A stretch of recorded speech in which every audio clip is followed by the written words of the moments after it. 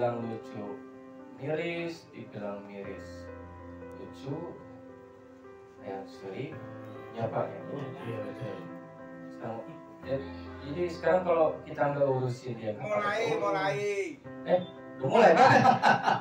Udah mulai. Oh udah mulai. Udah mulai. Jadi, oh iya tuh kamera dasar teningali. Dasar teningali. Kepul gue. Sapa dulu. Assalamualaikum warahmatullahi wabarakatuh. Waalaikumsalam warahmatullahi wabarakatuh. Itu beda lagi sekarang yang nemenin saya ngaso. Biasanya ustadz, Sekarang pejabat, Jagger. sekarang penjahat. Sehat sama Pak Oyo. Pak Oyo. Karya. Oh, jadi sekarang udah nggak jadi penginapan lagi? Ya? Udah nggak jadi penginapan. Pak Oyo Udah. penginapan itu. Pokoknya sekarang kita mah ya begini-begini aja. Iya.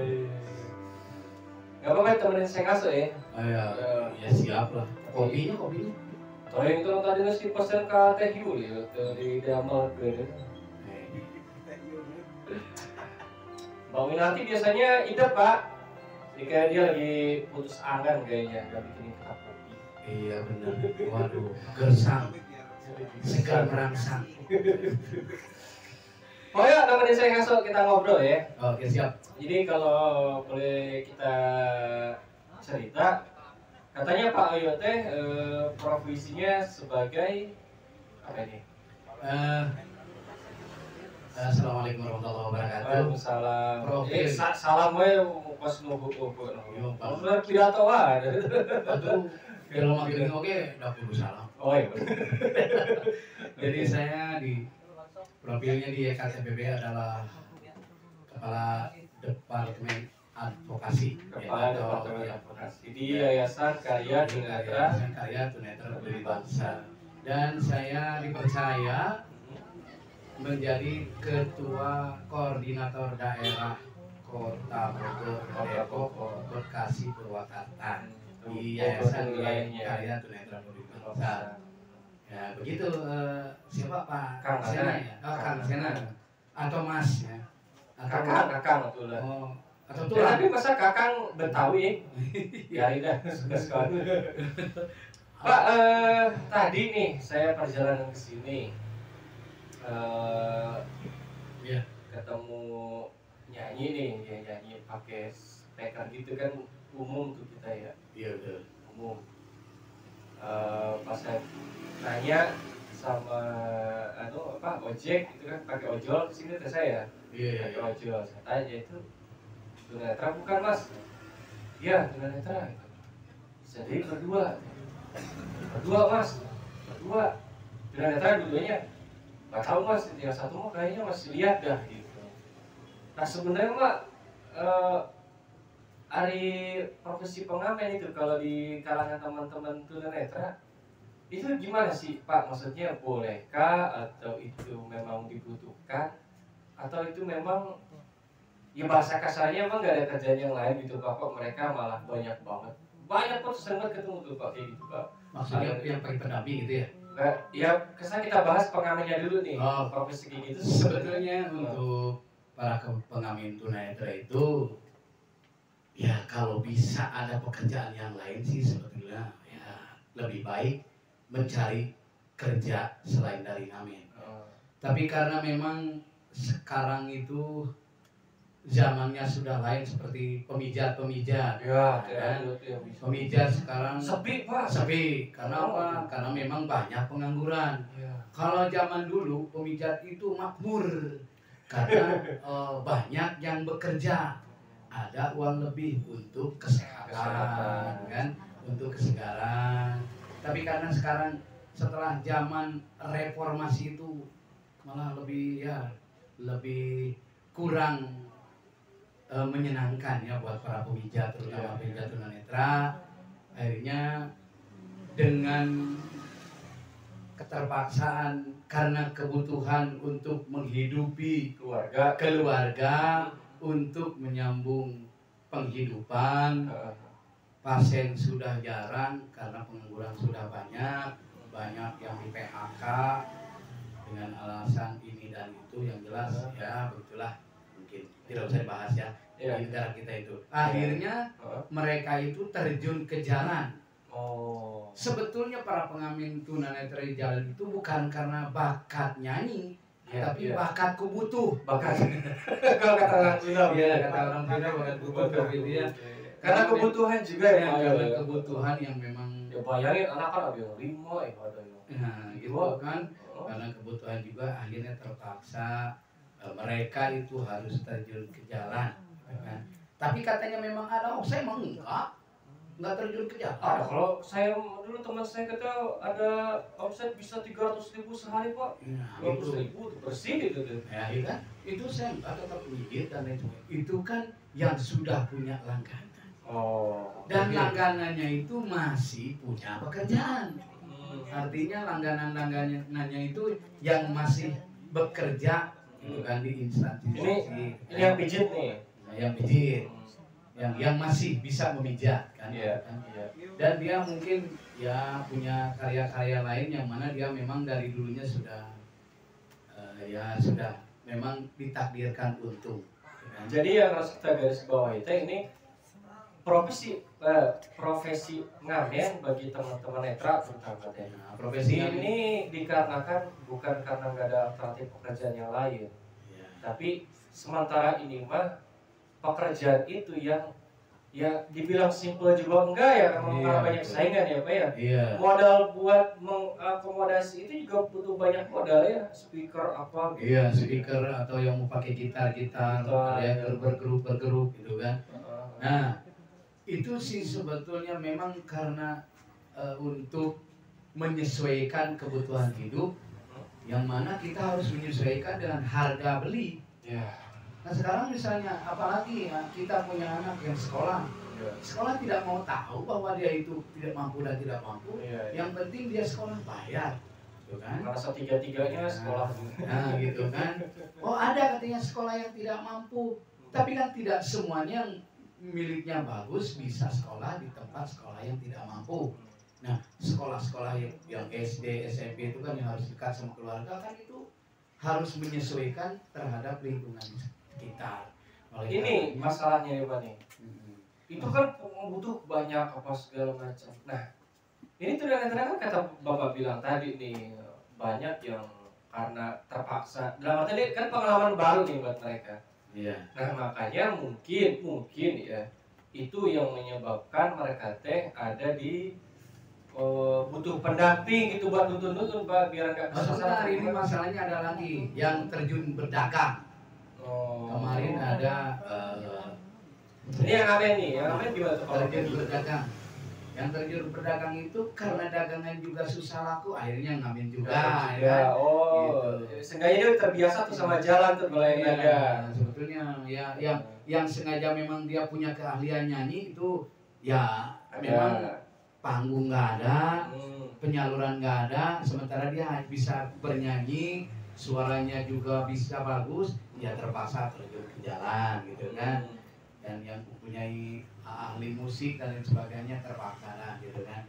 Itu karena memang kebutuhan yang harus dipenuhi, sementara keadaan sekarang ini perekonomian seperti ini gitu kan. Nah, itu terpaksa mereka ngamen. Ya. Nah terus yang pakai pendampingan itu, nah ini gimana tuh? Nah, soalnya kan ini kalau nggak dituntut nanti nyasar Pak.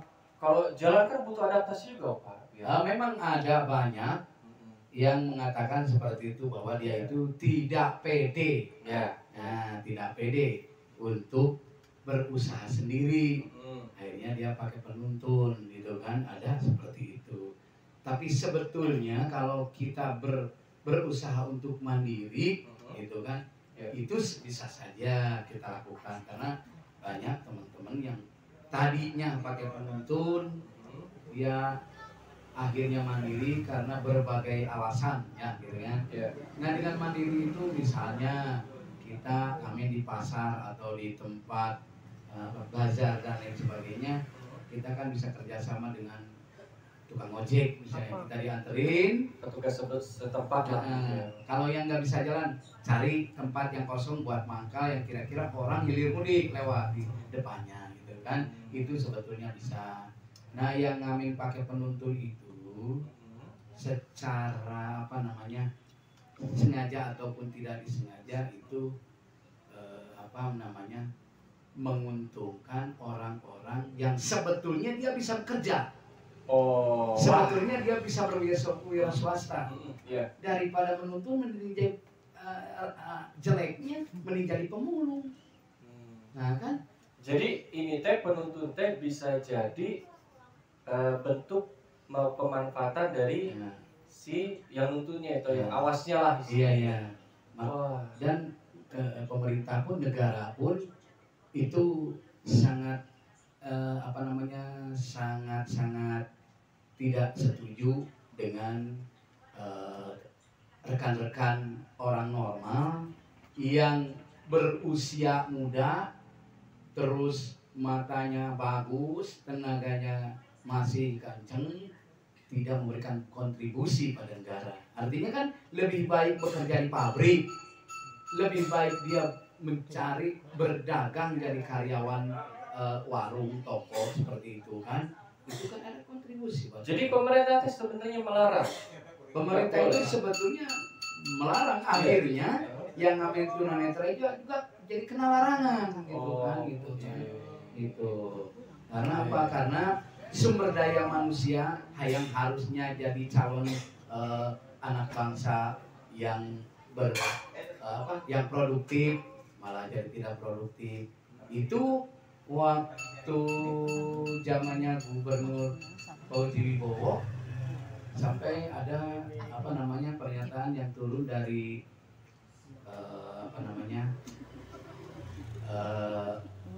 mereka dari dinas sosial gitu kan, bahwa dengan adanya penuntun itu ada yang dikhawatirkan dieksploitasi oleh para penuntun. Yang kedua, mendidik malas kepada orang-orang normal, kan? Orang-orang awas. Bahkan itu banyak penuntun masih muda-muda belia nuntun.